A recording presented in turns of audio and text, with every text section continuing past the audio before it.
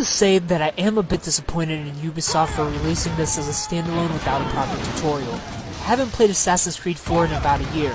It's ludicrous for Ubisoft to expect me to pop in Freedom Cry and remember how to take down 3 ships at once, or how to deal with multiple sharks. Freedom Cry throws you right in, clearly showing that this AC4 DLC was nothing more than AC4 DLC from the start. They expect you to hop right in from AC4, and for that reason alone, it has no business being a standalone for $15 US compared to the DLC version for 10. They are identical games, but Freedom Cry standalone has a separate trophy list and 6 extra trophies. But the disappointment stops there. I'm a massive Assassin's Creed fan. I wasn't too happy about the stealth emphasis in AC4, but with Adewale, it makes much more sense. This game is all about liberation, and there's great incentive to do so. As you walk through Port-au-Prince, you will run into slave captives, jailers, and auctions. You can interfere with what's going on to liberate the slaves, much like taking in crew members in AC4. The more slaves you liberate, the better the weapons and pouches you can find at shops. With an assassin heart wanting to do right by the people or just wanting better gear, you'll always feel the urge to step in and stop what's going on. You can also liberate plantations, and as anti-stealth as I am, I actually enjoyed these sections of the game. You're tasked with killing a certain amount of enemies to liberate an area. This is where stealth feels fun and worthwhile rather than feeling like it's forced down your throat like it was in AC4. You can go in and just slaughter everyone, but by doing so you run the risk of losing captured slaves, making you want to actually take your time tricking overseers and dodging encounters. Added C is everything you've loved about Assassin's Creed 4. You can liberate slave ships and plunder cargo ships for materials to upgrade yours. Your ship in Freedom Cry takes very little time to fully upgrade, which is kind of a bummer considering there's a plunder 30 ships trophy, leaving many of your materials useless. You can of course sell them, but you'll eventually get free ammo too, so money is also useless, which brings me to harpooning and hunting. Both are here again, but can't be used for anything but money. Islands are back too, but luckily with more treasure to be found. Unlike in AC4, exploring these islands and other locations